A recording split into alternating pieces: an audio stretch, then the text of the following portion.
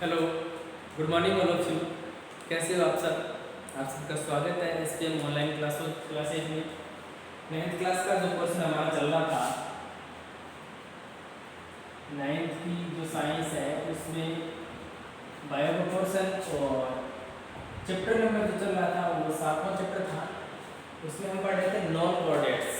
हमने एनिमिलिया जो था ना उसको पढ़ना था। एनिमिलिया हम पढ़ रहे थे।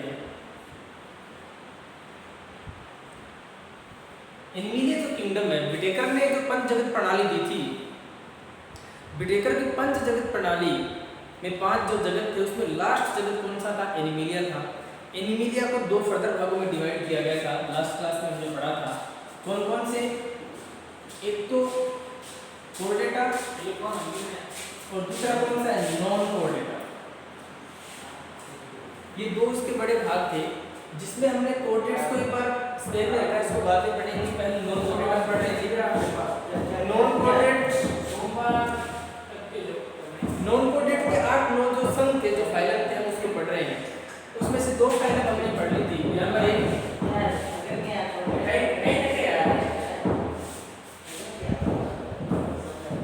प्रोटोजोआ,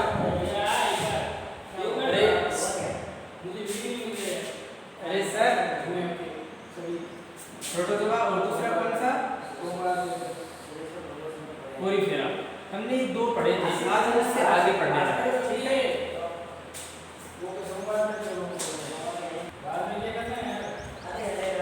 आज हमारा जो तीसरी जो सम होगा वो कौन सा पढ़ते हैं? सिलेंट्रेटा। तो तीसरा फाइलम पढ़ने जा रहे हैं जिसका नाम है सिलेंट्रेटा। सिलेंट्रेटा क्या है?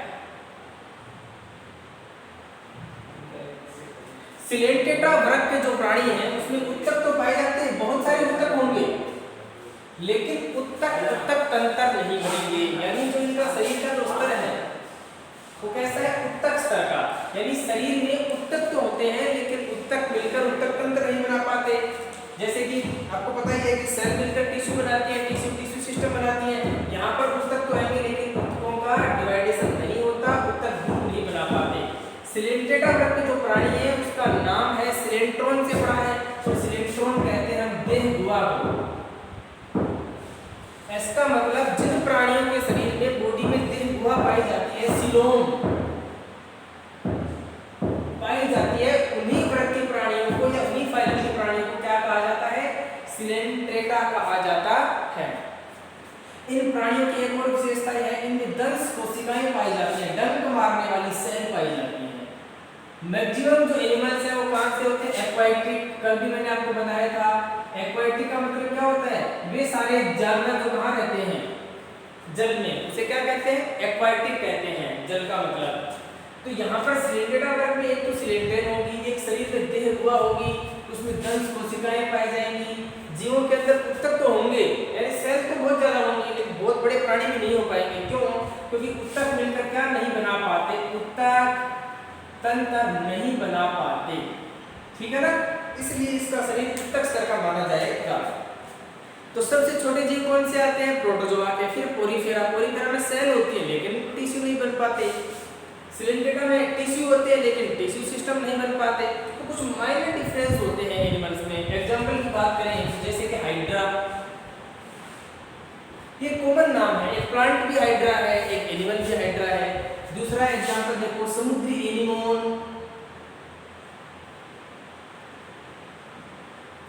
समुद्री एनीमोन 9th क्लास का जो आपका लेवल है, आपके सिलेबस में जितनी चीजें हैं केवल हम एक बार उतना ही पढ़ेंगे। 11th क्लास में 12th में जाकर आप डिटेल से पढ़ना। तो सिलेंट्रेटा वर्ग के प्राणियों की ये कुछ विशेषताएं होती हैं, जैसे कि हाइड्रा, समुद्री एनीमोन, ये इसके कुछ अच्छे एग्जांपल्स हैं। क्या किसके आधार पर इसका नाम पड़ा? सिलोम या देह गुहा के आधार पर सिलेंट्रेटा संघ का नाम हुआ। इसमें कुछ और उदाहरण भी आप ले सकते हैं। जेलीफिश,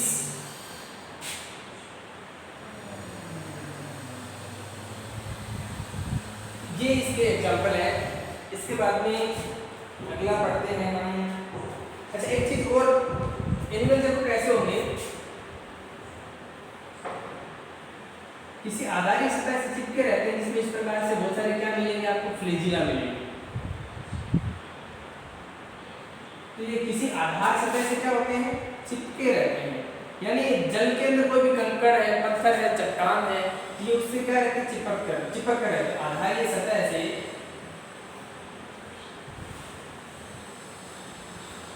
चिपके रहते हैं। ये इन जंतुओं की क्या है, विशेषता है। तो आप इसको नोट करिए। उसके बाद में हम पढ़ते हैं दूसरा फाइलम।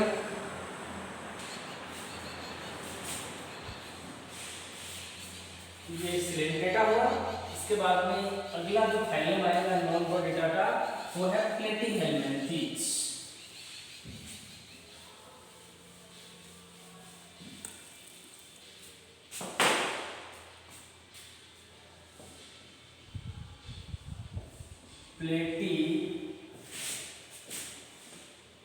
प्लेटिहेल्मिन्थीज,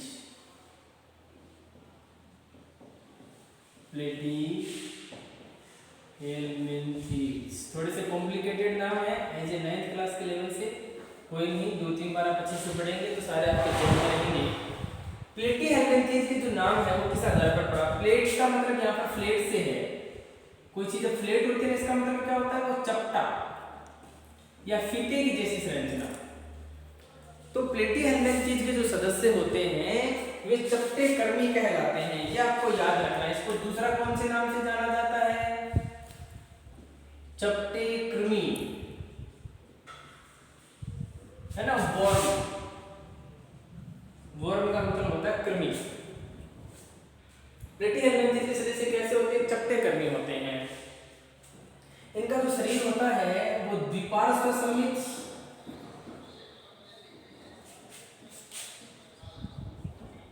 त्रिकोण की यानी 3 लेयरों का फॉर्मेशन होता है, और उसमें एम्ब्रियो डेवलपमेंट के दौरान त्रिकोण की होती है। वास्तविक देह गुहा का अभाव,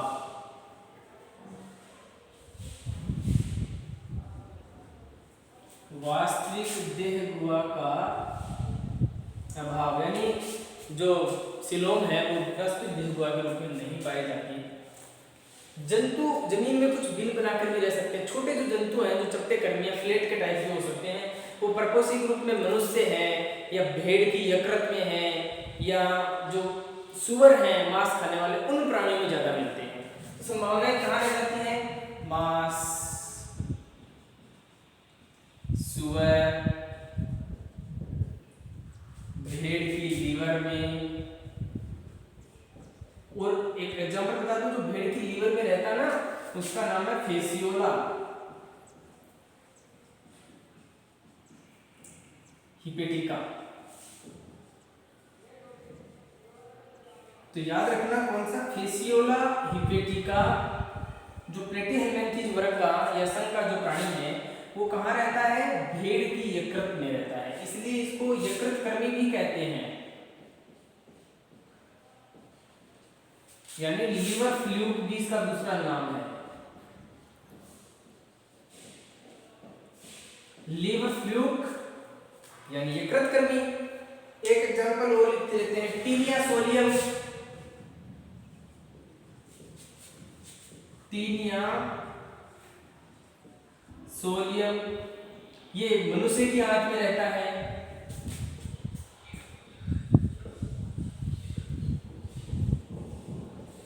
एक एग्जांपल इसमें एस्केरिस, एस्केरिस तो इसका नहीं है, वो एस्केरिस का है। तो ये दो नाम आपको याद रखने, टीनिया सोलियम है और फेसियोला हिपेटिका है। प्लेटिहेल्मिन्थीज के सदस्य कैसे होते हैं बेटे, चपटे कर्मी होते हैं। चपटे का एग्जांपल में जैसे मैं टीनिया सोलियम का डायग्राम बना हूं, इस प्रकार से टीनिया सोलियम है, इसलिए इस प्रकार से फीकेनुमा संरचना है, ये टीनिया सोलियम है। बाकी ये जो लीवर फ्लूक है ना, ये थोड़ा सा अजीब टाइप का होता है।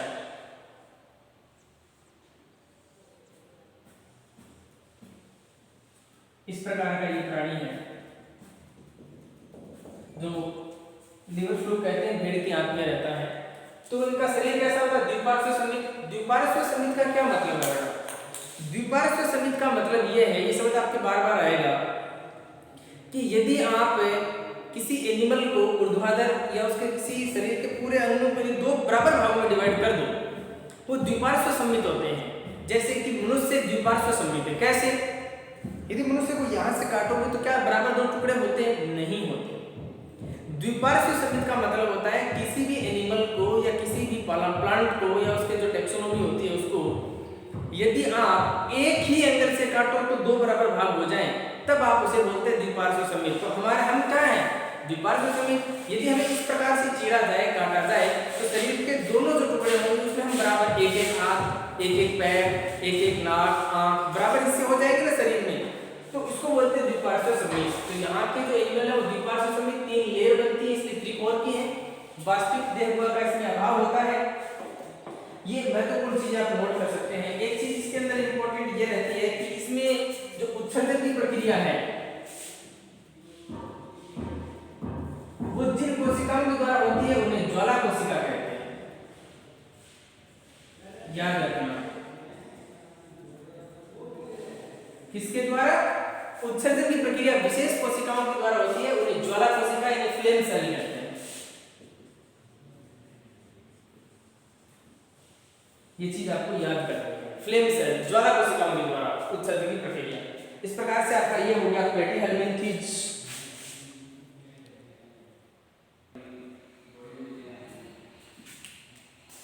चलिए तो फिर ये प्लेटीहेल्मिन्थेज हुआ, इसके बाद में हम पढ़ते हैं एस्केहेल्मिन्थेज।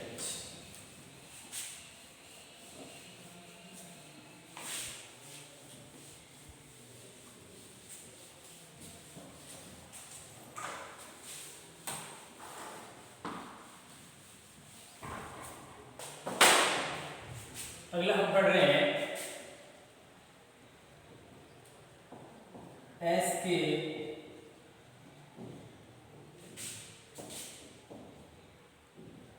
एस्केहेल्मिन्थेज, जिसका दूसरा नाम है निमेटोडा, या इसको निमेटेहेल्मिन्थेज भी कहते हैं।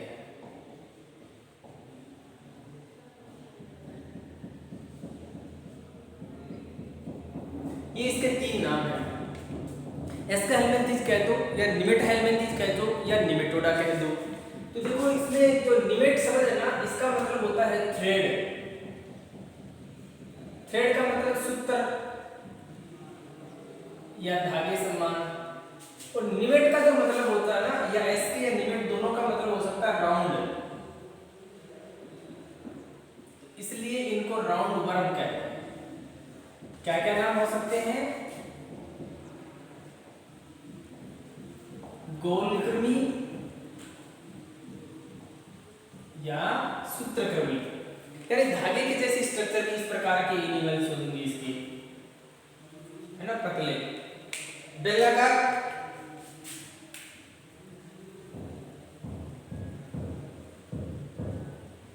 शरीर बेलनाकार होगा,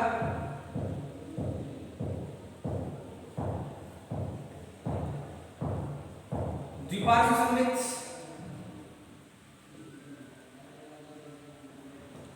त्रिकोण की जो देह गुहा होती है शरीर में उसे कूट सिलोम कहते हैं।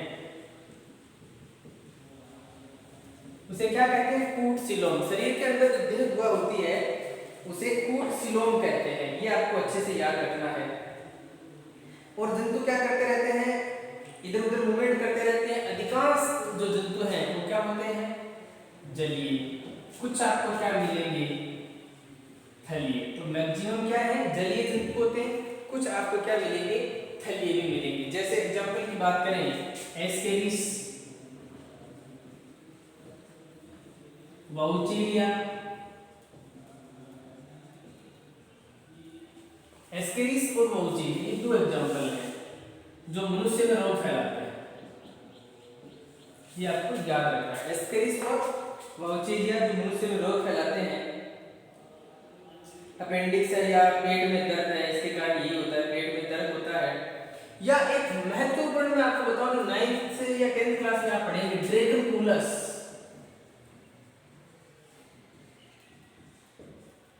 ड्रैगनकुलस मेडिनेंसिस। ड्रैगनकुलस मेडिनेंसिस ये नारू या बाला रोग फैलाता है। कौन सा रोग? नारू रोग या बाला रोग। ड्रैगनकुलस मेडिनेंसिस एस्के हेलमिंथेस का एक सदस्य है जो नारू या बाला रोग फैलाता है मनुष्य के अंदर, उसे गिनकृमि भी कहते हैं। इस प्रकार से कुछ मुख्य मुख्य लक्षणों की यदि हम बात करें तो ये इसके अंदर प्राणी आते हैं। इसका नाम गिनकृमि भी है, याद रखेंगे। इसका नाम ड्रेगनकुलस मेडिनेंसिस है, इसका दूसरा नाम गिनकृमि।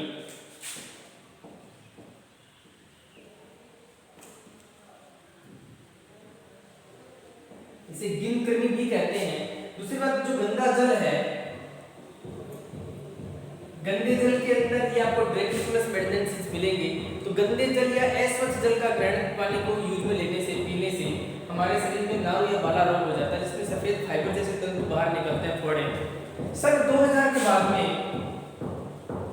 भारत में या राजस्थान में कोई भी एक नारू उन्मूलन कार्यक्रम चलाया गया था। उसके बाद में यहाँ पर नारू और बाला रोग के कोई रोगी नहीं मिलते। पहले बहुत मिलते थे, क्योंकि जो लोग हैं वो खेतों में, बावड़ियों में, ऐसे जो पानी तालाब में पड़ा रहता था, खुला पानी, जहाँ पर जानवर भी उसी पानी को पी लेते थे, गाय भैंसे भी अंदर चली जाती थी, उसी पानी को हम पीते थे।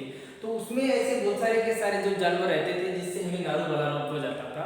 सन 2000 के बाद में नारू उन्मूलन एक कार्यक्रम चलाया, नारू उन्मूलन। उसके बाद में जो टीके लगाए गए, जो वैक्सीन मिली, उसके बाद में ऐसा कोई रोग नहीं हुआ। इस प्रकार से एस्के हेलमिंथेस की जो प्राणी है उसका हमने पढ़ा है जिक्र। अगला हम पढ़ेंगे, आप इसको नोट कर लीजिए। अगला पढ़ते हैं एनेलिडा।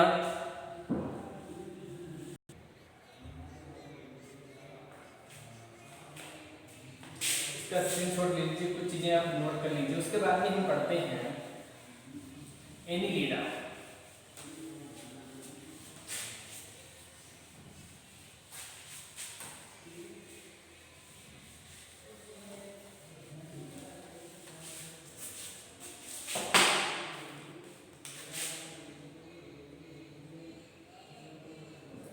एनिलिडा जो फाइलम है उसको हम पढ़ रहे हैं। एनिलिडा में जो एनल शब्द है ना, एनल, उसका मतलब होता है रिंग। और कैसी रिंग? लिटिल रिंग, यानी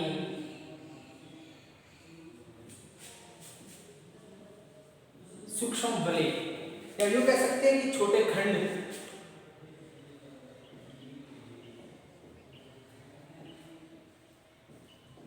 शरीर क्या होगा? छोटे खंडों में बटा होगा या सूक्ष्म बलय के रूप में होगा। एनिलिडा की हम प्राणियों की बात करें तो द्विपार्श्व सममित होगा, डेफिनेटली।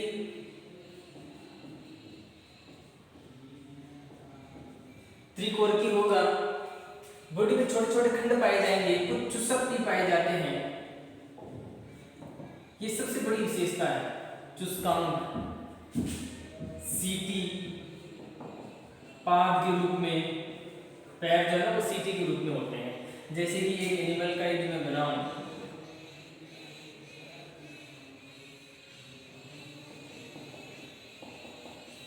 बरसात के दिनों में ऐसे जानवर है वो जमीन से बाहर निकलते हैं, जो रेंग कर चलते हैं, इतना सा लंबा होता है, रेंग कर चलता है, उसे नेरिस कहते हैं बेटा। नेरिस, जोंक, है ना, ये इसी के हैं, प्राणी हैं। एनिलिडा का मतलब क्या हो गया? सूक्ष्म बलय, यानी ऐसे जीव। अच्छा, दूसरी बात देखो बेटा, ये है जल में भी रहेंगे और थल में भी रह सकते हैं। पानी, यदि जल की बात करें तो दोनों प्रकार के जल भी मिलेंगे आपको, लवणीय और अलवणीय जल। लवणीय जल का मतलब होता है खारा पानी और अलवणीय जल का मतलब होता है फ्रेश वाटर यानी मीठा पानी। दोनों प्रकार के वाटर के अंदर ये आपको क्या मिलेंगे? देखने को मिलेंगे। इस प्रकार से बहुत सारी विशेषताएं हैं। इसका इकोनॉमिक इंपोर्टेंस की यदि हम बात करें एनिलिडा के, जितना अच्छा कम बता रहा हूँ केवल इसलिए कि आपका जितना लेवल है, आपके जो सिलेबस में है उतना ही पढ़ा जा रहा है, क्योंकि बुक सारी पढ़नी है अपने को, उसके हिसाब से जितना आपके सिलेबस में है उसी के अकॉर्डिंग पढ़ा जा रहा है। तो अब इसके देखो कुछ एग्जाम्पल। जो है ना, उसे हिरुडीमेरिया कहते हैं, हिरुडीमेरिया। दूसरा इसमें केंचुआ, हिरुडीमेरिया, केंचुआ, लेडीज, ये इसी के प्राणी हैं। केंचुए को सब जानते हैं, किसान का मित्र मानते हैं ना केंचुए को। केंचुए को किसान का मित्र, फ्रेंड ऑफ फार्मर कहते हैं, मानते हैं। क्योंकि केंचुआ क्या करता है, जमीन में बिल बनाकर रहता है, तो जमीन की जो खाद है, जमीन में जो जितने प्रकार के अपशिष्ट पदार्थ पड़े हैं उसको डिकम्पोज कर देता है, उनको तोड़ देता है, उसे खाद में बदल देता है। तो केंचुआ जो खाद बनाता है ना उसे क्या कहते हैं, वर्मी कंपोस्ट। याद रखना, केंचुए द्वारा बनाई गई खाद क्या होती है, वर्मी कंपोस्ट। इसलिए केंचुआ मनुष्य के या किसान के बहुत काम आता है, इसलिए उसे किसान का मित्र कहते हैं, क्योंकि खाद में बदल देता है ना। तो इन जैसे प्रकार की कर्मी है बेटा, और इन कर्मियों का अध्ययन कराता है कर्मी विज्ञान यानी वर्मोलॉजी। कर्मी विज्ञान, कर्मियों का अध्ययन क्या कहलाता है, कर्मी विज्ञान कहलाता है। एनिलिडा। अच्छा दूसरी चीज देखो, वर्मी कंपोस्ट, ये प्रक्रिया कंपोस्टीकरण कहलाती है। केंचुए द्वारा खाद बनाने की प्रक्रिया क्या कहलाती है, कंपोस्टीकरण। और वो खाद क्या कहलाती है, वर्मी कंपोस्ट। ये प्रकार की खाद है, बहुत बार सवाल पूछा जाता है कि केंचुए द्वारा बनाई गई खाद को क्या कहते हैं, वर्मी कंपोस्ट कहते हैं, क्योंकि जो वर्म होते हैं ना, वर्म जो वर्म बनाते हैं उसे वर्मी कंपोस्ट कहते हैं। कर्मियों को क्या कहते हैं, वारम। ये कर्मी का इंग्लिश नाम है, कर्मी सूक्ष्म जीव। दूसरी चीज देखो, इसके अलावा हिर्डुनेरिया, बहुत इंपॉर्टेंट चीज है हिर्डुनेरिया। इसे बेटा मवेशी जोंक भी कहते हैं। आपने देखा होगा कि गाय है, भैंस है, भेड़ है, बकरी है, उसके जो थन है जहाँ से दूध निकाला जाता है, या उसके आगे वाले और पीछे वाले पैरों के बीच की जो जगह है वो थोड़ी कोमल जगह होती है। वहाँ पर कुछ जानवर होते हैं ना, चिपके रहते हैं छोटे से, जिसे अपन जोंक कहते हैं या जैया कहते हैं या चींचड़ी, जो भी ऐसे कुछ नाम होते हैं ना लोकल भाषा के अंदर, उसे ही मवेशी जोंक कहते हैं, हिर्डुनेरिया। आई बात समझ में? तो मवेशियों के थनों के आसपास चिपके रहते हैं, सबने देखा होगा, उसे हिर्डुनेरिया कहते हैं। और वो कौन से संघ का प्राणी है, एनिलिडा का। यानी शरीर है ना वो खंडों में बटा होता है, खंडों में बटा हुआ शरीर। देखा ना आपने? तो केंचुआ, ये जोंक है, ये नेरीज है, ये सारे के सारे प्राणी एनिलिडा वर्ग के प्राणी हैं। तो क्या क्या इंपॉर्टेंट है, जैसे जोंक है ये इंपॉर्टेंट, ये नुकसानदायक है, लेकिन केंचुआ क्या है, फायदेमंद है। तो बहुत सारी इंपॉर्टेंट चीजें भी आपको देखने को मिलती है। एनिलिडा वर्ग संघ के जो प्राणी हैं वो कैसे कैसे जीवन यापन करते हैं, कहाँ रह सकते हैं, कौन सा इंपॉर्टेंट है या नहीं है। तो मेन चीजें हैं आपके सिलेबस की ये है।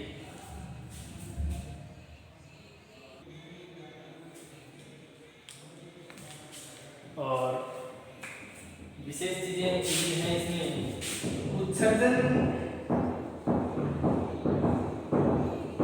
की जो प्रक्रिया है वो नेफ्रीडिया द्वारा होती है। जैसे कि प्लेटिहेल्मिन्थेस में किसके द्वारा होती थी, ज्वाला कोशिकाओं के द्वारा।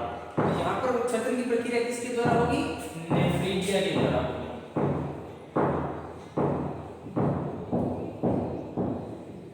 ठीक है, तो जैसे कि एक एनिमल का मैंने डायग्राम बनाया था, ऐसे कई एनिमल्स हो सकते हैं एनिलिडा के अंदर। उसमें कुछ ऐसे चुस्कान होते हैं जिनकी सहायता से ये चलते भी हैं और खून भी पी लेते हैं, जैसे कि मवेशी जोंक होते हैं ना, केटल जोंक कह सकते हैं इसको। तो बहुत सारी इंपॉर्टेंट चीजें आपको यहाँ पर देखने को मिल सकती हैं। इसके अलावा इसके यूज हैं प्रयोगशाला में भी, क्योंकि आसानी से मिल जाते हैं ना लेबोरेटरी के अंदर, लेब।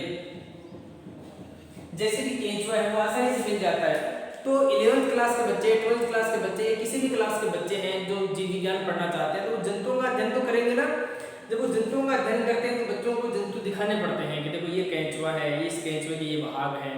तो प्रयोगशाला में बच्चों को सेक्शन काटने के लिए या बहुत सारी उनकी फिजियोलॉजी पढ़ने के लिए, प्लांट्स और एनिमल को जानने के लिए भी हमें बहुत सारी चीजें चाहिए। तो केंचुआ को आसानी से मिल जाता है आसपास में, इसलिए केंचुए का उपयोग हम कहाँ करते हैं बेटे, प्रयोगशाला में भी करते हैं। और केंचुआ वास्तव में बहुत इंपॉर्टेंट चीज है, क्योंकि किसान का मित्र कहते हैं ना, उसका एक कुछ रीजन है, ये हमें क्या करके देता है, एक अच्छी खाद बना कर देता है। और केंचुआ खाद बनाता है कैसी कैसी, ऐसी छोटी छोटी गोलिकाओं के रूप में खाद बना देता है, देखा ना आपने। तो केंचुआ बड़ा इंपॉर्टेंट है किसान के लिए, इसलिए इसको क्या बोलते हैं, फ्रेंड ऑफ फार्मर।